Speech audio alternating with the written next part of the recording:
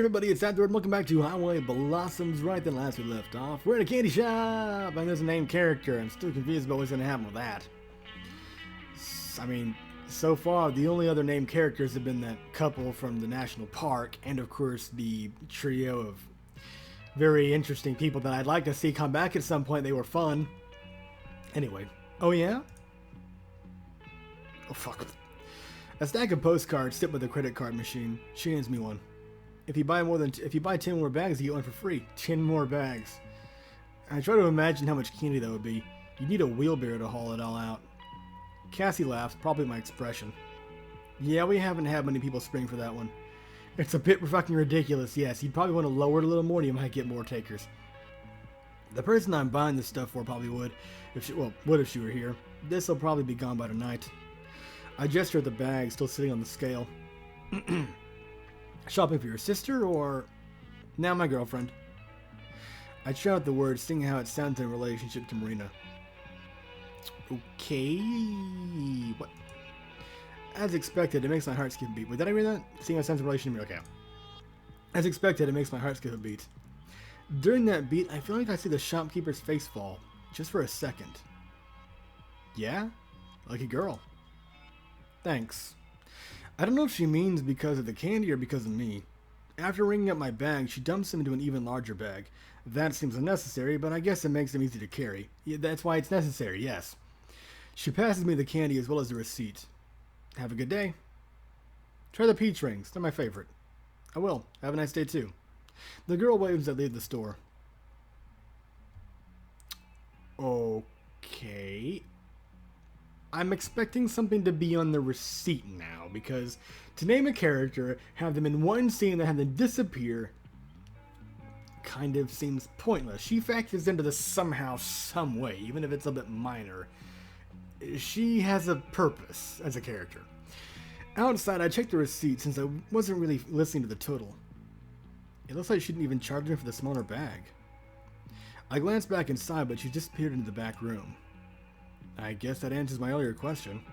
Flattered, I head back to Rio where we're parked. It's not long until I'm supposed to meet Marina, and if I spend too long outside, her present will melt. Okay. So what's going on with Cassie then? And now I'm paranoid. Walking back to the casino where he parked is way faster than leaving it was. That's probably because I'm still missing the human pinball, so I'm... It's a good way to refer to her. Ding, ding, ding, ding, ding, ding, ding, ding, between the stalls. So I'm not held up every time we pass a shop. I say that, but of course I'm eager to see her again. In some parallel universe where I hadn't met Marina, I might have stuck around at the candy store to chat for a longer time. But unfortunately for Cassie, I already have someone. Smug fucking look on your goddamn face. But unfortunately, I already have someone. The parking lot at the Rio is filled up even more. Getting out of here is going to be a pain since there wasn't a whole lot of room to begin with. I make my way to the RV and let myself in. Feels like an oven, and the first thing I do is turn on the AC. I set the bags of candy down on my bed to inspect them. As I feared, the chocolate is slightly melted, streaking brown against the clear plastic. It's not too bad though, and a couple of hours in the fridge should have it as good as new. Then put it in the fridge under your bed. I'll leave the gummies on the counter since I didn't suffer as much on the walk back. And that's where you're going to end up with a big gummy wall. I think it's like slice up or pull apart or something. Marina and I are supposed to meet up here in about half an hour. Since it's so soon, I may as well just wait in here where it's more comfortable. I lie down on my bed and try to read that book Marina's been sucked into for a few days, but I can't stay focused on the words long enough to process them. It doesn't take long before I give up and set it aside. Now I just stare up at the ceiling. I used to do this most nights when I couldn't sleep. After Gramps passed, but before I met Marina. It wasn't that it comforted me or anything, but the amount of effort it took to not think of anything usually led to me falling asleep without realizing. Instead, this time I let my thoughts wander. Sleeping has been easier lately. Actually, doing something during the day and getting exercise helps a lot, yeah. But also my thoughts have been less cloudy, less muddled. Sure, there are still moments where I think of Gramps and the pain hits me again. Having Marina around makes those rare. Someday I might be able to think of him without it hurting. I don't know if I want that though. Isn't that just like forgetting? People say you move on and get over deaths, but what does that mean for the person you lost? Valid point. I mean, again, there's the whole like Do you think they'd want you to feel pain about their loss? If they're selfish, sure, but I mean, that is, yeah, that's an interesting question. I roll onto my side and stare at the picture of me and Gramps hanging on the wall. Hello. I can't take it and roll onto my other side. Ugh. Groaning into my pillow was cathartic. Without Marina here, I can be as loud as I want. To my surprise, no tears come. Anyone walking by outside would probably think I'm dying or in pain, but I don't care. Alone time is its upsides after all. Grieving is complicated and exhausting. Sometimes I wonder if I'm even doing it right. There must be something wrong with me, even if I don't want to get over Gramps. I sit up, still hugging the pillow to my chest. Marina will be back soon. Maybe I can talk about this with her. As I think that, I feel a stab of guilt. It's not her problem. It's something I have to do with myself. And now this jingle again. This constant cycle of just like here, then there, thinking this, thinking that, back and forth, repetition, restlessness, tension, anxiety. Yeah. I force myself up and over to the driver's seat. I'm not going anywhere, but I can listen to music and watch for Marina's return. I stick in the tape and kick back. A few songs pass by. It's been 20 minutes or so. I start to scan the parking lot looking for her familiar red hair. The tape ends. That's okay, it was a short one. I replaced it with another one, chosen at random. Still no sign of Marina. I get up and check the clock. She's about 10 minutes late now. Maybe the clock is off somehow? Or maybe people can't be exactly on time. You know, maybe she got held up or something. You never know. Or maybe whatever she was doing took a little longer than she thought it would. You know, things happen. Schedules aren't always perfect. I hop out of the RV and ask someone for the time. It matches up exactly with what the clock said. Worry begins to tighten in my stomach, but I force myself to calm down. It's Marina. And it's only been 15 minutes. Most likely she got distracted and is on her way right now. 5 more minutes pass. I begin to pace back and forth. Should I go looking for her? I have no idea where to start though. And if she got to the RV and I wasn't there, then she might go looking for me instead. No, I have to stay and wait. Another 10 minutes. She's half an hour late now. I'm so buying us cell phones. As soon as she's back here, we're going to that guy on the street and we're getting prepaid phones. From a few streets away, I can hear the sound of a siren, a fire truck or ambulance or something. Yeah, know that feeling? The knot on my throat feels larger. I cough just to release some of the tension. I have to go look. I can't take just sitting here. I switch off the engine, throw my shoes on, and climb out. And then I see her, head down, walking slow but coming towards me. Marina! The relief in my voice probably conveys the panic that just drained out of me. She looks up at the sound of her name, and that's when I see that she's crying.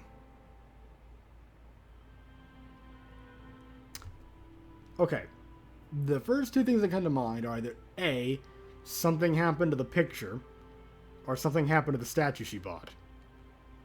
Could be something else, but those are the first two things that spring to mind. Probably the picture, if anything. Of those two. What's wrong? I rush over. What's wrong? Alarm poisons my voice. Did something happen to her after all? I put my hands on her shoulders and shake her gently. Marina, talk to me. What happened? Are you okay? She still can't talk, but she nods. Thank God. There are no sobs, but her eyes are pouring tears. Every so often she hiccups like she's barely restraining herself from fully bawling. Come on. I take her hand and lead her back to the RV. No one gives us a second glance. This is probably a common occurrence here.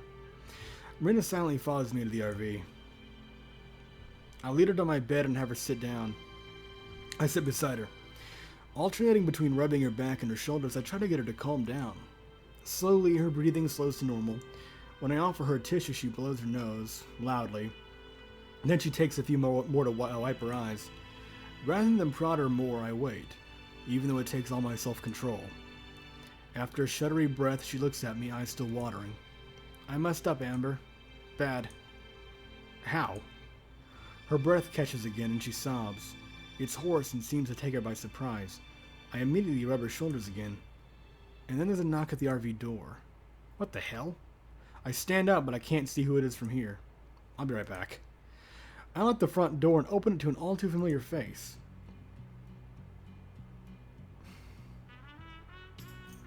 You know, I still have one in the back. Okay.